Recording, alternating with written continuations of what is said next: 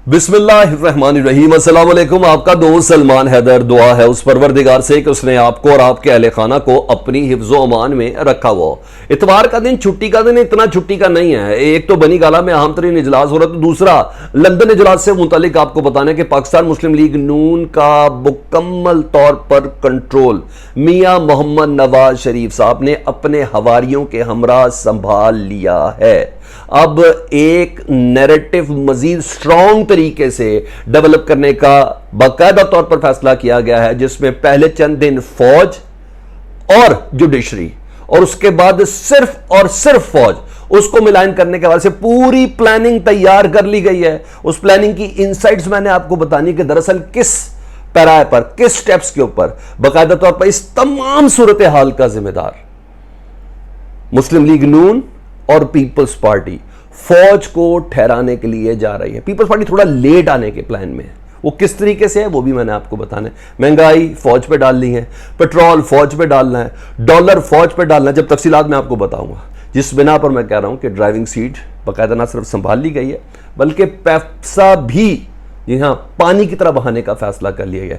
Social media के heads बना दिए गए हैं, नई फ्रेश टीमें कॉन्ट्रैक्टर्स रख लिए गए हैं, हैशटैग्स डिसाइड हो गए हैं कि किस मौके पर कौन से लाइट माइंडेड जो जर्नलिस्ट हैं उनको इस्तेमाल करना है, किस मौके पर मेन स्ट्रीम मीडिया को इस्तेमाल करना है, किस मौके पर कौन कौन सी चीजें लेके चलनी है। पहले जुडिशरी को प्रेशर में करना है और फिर जी हां इस्टेब्लिशमेंट को। उसके स्टेप्स क्या है वो बताना है, बनी गाला के इजलास से मुतालिक बताना है। और जब ढोलकी ये लोग बजाएंगे तो दूसरी तरफ भी ढोलकी आएगी ना।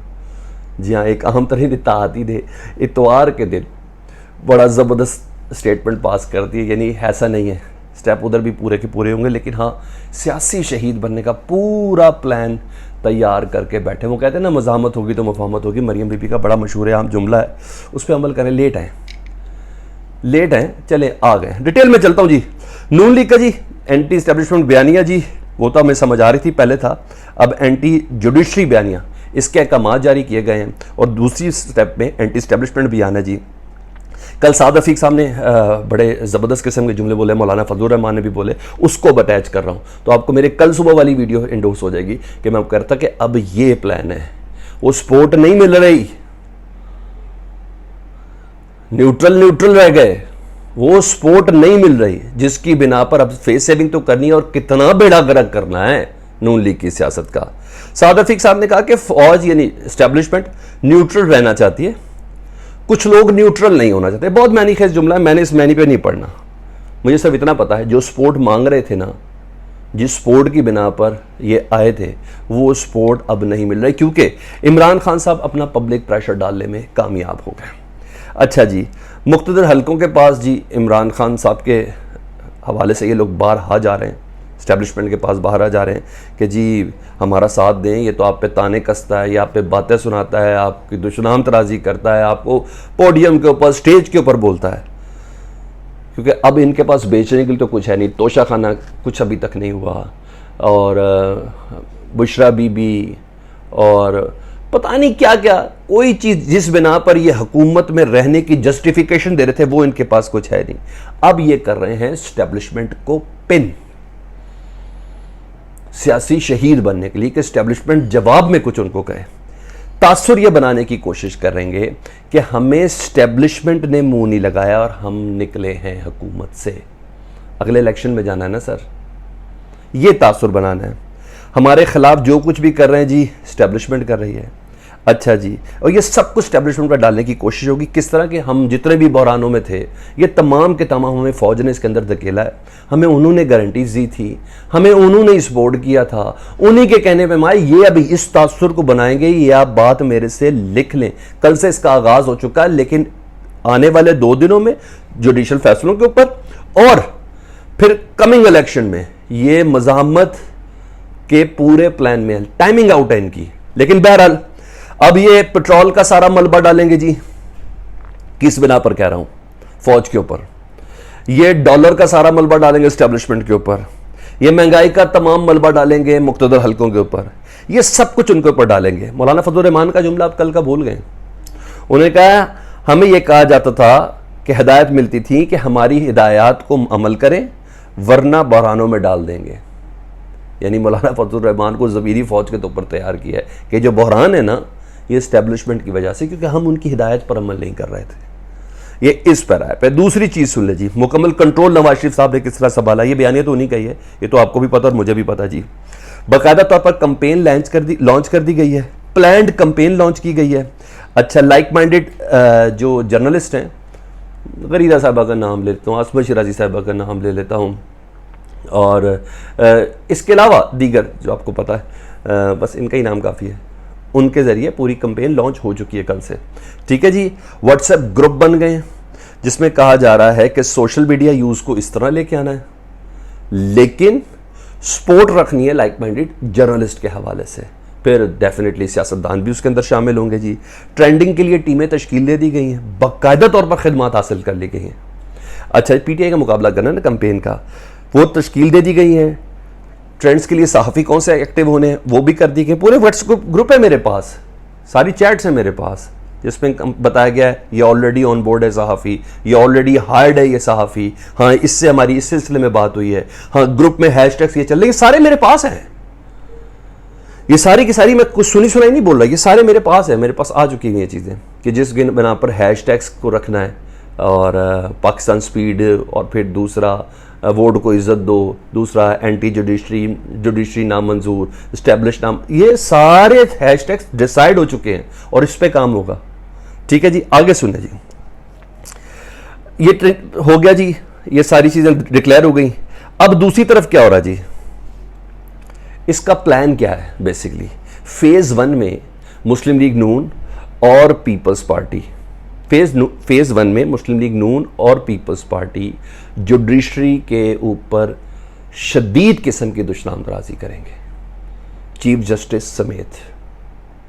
और इसी फेज़ में मुस्लिम लीग नून फौज के अगेंस्ट भी आएगी, इस्टेब्लिशमेंट के खिलाफ भी बयानियां डेवलप करने की कोशिश करेगी। लेकिन इस फेज़ में पीपल्स पार्टी फौज से मुतालिक नहीं होगी।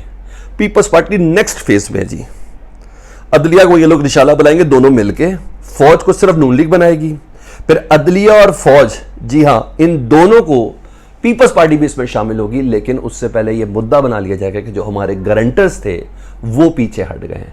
मैंने आपको हमेशा से बोला ना, जरदारी के पास इतना बड़ा मैंडेट कैसे आ सकता है, वो इतनी बड़ी बड़ी ऑफरें कैसे ले सकता है, वो पूरी की पूरी जमात कैसे खरीद सकता है जो एक एमपीए ना खरीद सका हो।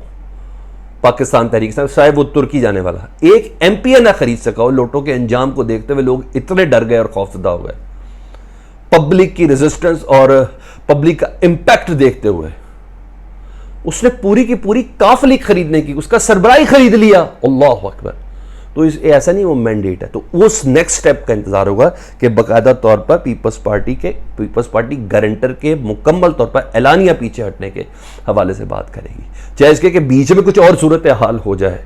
बाकायदा तौर पर पीर और मंगल के रोज़, जिस तरह फैसला तो कल ही हो सकता था जुडिशरी का, वो जते तमाम करी कि सुबह से जिस तरह मिलान करने की कोशिश की गई थी इदारों को, राना सनाउल्लाह की शक्ल में, मौलाना फजलुर रहमान की शक्ल में, अता तारड़ की शक्ल में, एहसन इकबाल की शक्ल में, रात को साद रफीक की शक्ल में, जिस तरह मिलान करने की फैसला तो कल ही हो सकता था वजारत आला का, मगर उन्होंने कहा मैं ज़रा फ्रीकैन को मुकम्मल तौर पर सुन लें ताकि किसी को कोई कमी बेशी ना रहे। क्या इसके के बहुत सी चीज़ें बीच में हैं, लेकिन मुझे ये जो आने वाला वीक है बहुत ही इंपॉर्टेंट है। 31 जुलाई तो उनको पहले डेट दे चुका हुआ था, लेकिन ये जो वीक है ना 31 जुलाई, इसके अंदर अंदर ही आएगा। ये बहुत अहम है। पाकिस्तान मुझे क्यों ऐसा लगता है कि थोड़ी स्टेबिलिटी की तरफ आएगा।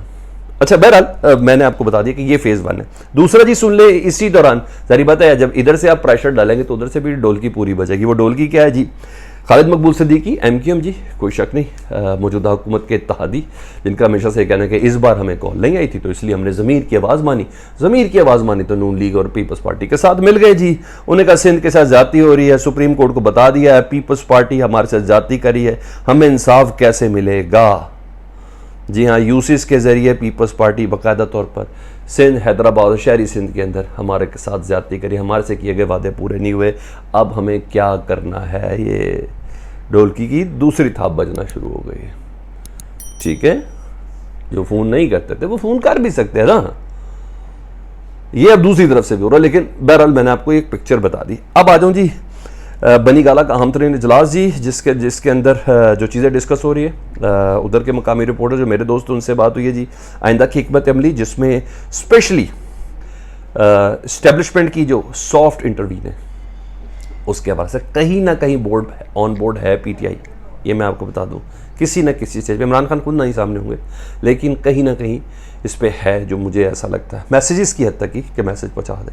तो उसके हवाले से आज चीज़ें ज़ेर गौर हैं जी। आरिफ अलवी साहब ने जो ऑप्शन दी कि मौजूदा हालात पाकिस्तान का किस चीज़ का तकाजा करेगा, तमाम स्टेक होल्डर्स मिलकर एक ऐसी हुकूमत तश्कील दे जो सबके लिए काबिल कबूल हो और ऐसी एक चीज़ें बनाएं, तो ये एक अहम तरीन चीज़ है जो मैंने कहा मैं आपको बता दूँ। आइंदा की हिकमत अमली पाकिस्तान तहरीक इंसाफ की आज के बहुत ज़्यादा आम है। कमेंट सेक्शन में फीडबैक से मुतल्लिक ज़रूर आगाह कीजिएगा। चैनल पहली बार देखें तो सब्सक्राइब कर दें। अल्लाहुम्मा सल्ली अला मुहम्मदिन व आले मुहम्मद।